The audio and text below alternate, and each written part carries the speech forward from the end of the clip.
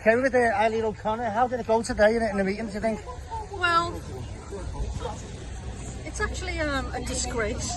I submitted my questions on the 2nd of July, given a clear 5 working days before this meeting on the 10th. And then I got told that I'd missed the 12 o'clock cut-off. But I asked for details of the Constitution. And when I got the Constitution, there is no such thing as a 12 o'clock cut-off for the public. That 12 o'clock cut-off applies to members, not the public. So I've actually put a complaint in and said this could even be classed as being unlawful. My questions were submitted in good time and a day in advance. Can you tell us what your question is now? Because you read it out now. Yeah, I just need to get my glasses on. It's to do with the Stephen Thomas case that's gone to the High Court. And these are the questions that they wouldn't allow me to.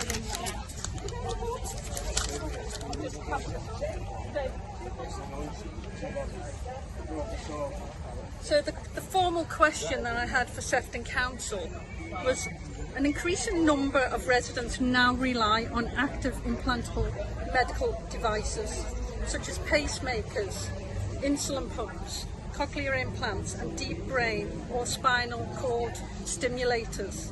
These life-saving technologies are known to be vulnerable to electromagnetic interference (EMI) from radio frequency RF emitting infrastructure, including mobile phone masts and 5G transmitters.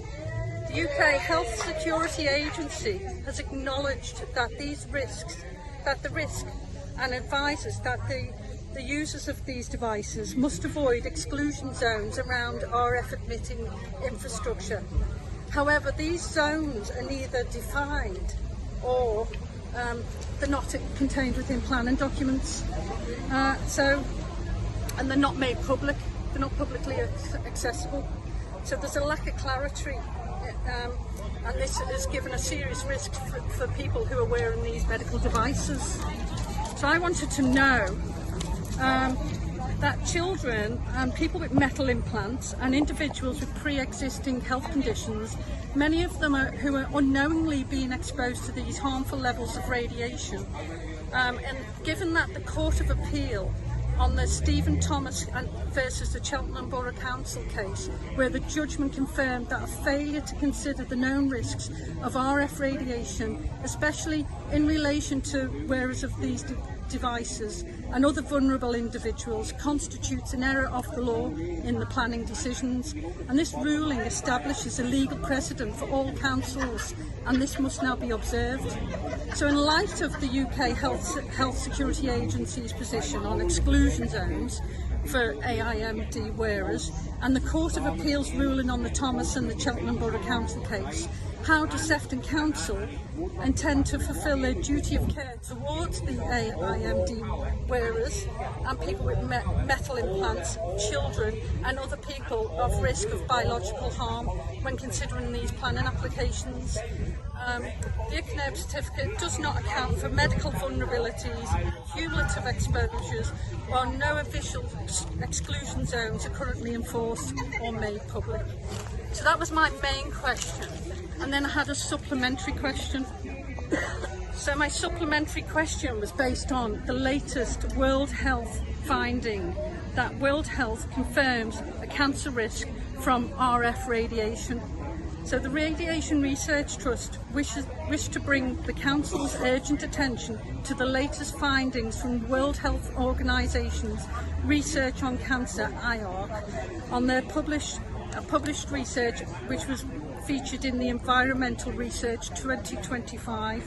This comprehensive, systematic review concludes that RF radiation causes cancer in laboratory animals, and the findings significantly strengthen IARC's original 2011 classification of RF radiation as a Group 2B possible human carcinogen.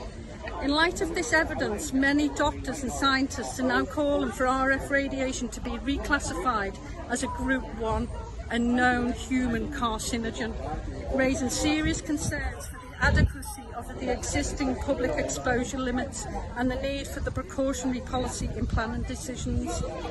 I provided details for reference for this World Health Review, and my question was, how will Sefton Council take this new scientific evidence into account when approving planning applications for foam masts and 5G infrastructure, especially near vulnerable groups such as people living with cancer, cancer survivors, children and residents in schools, care homes, hospitals or private homes?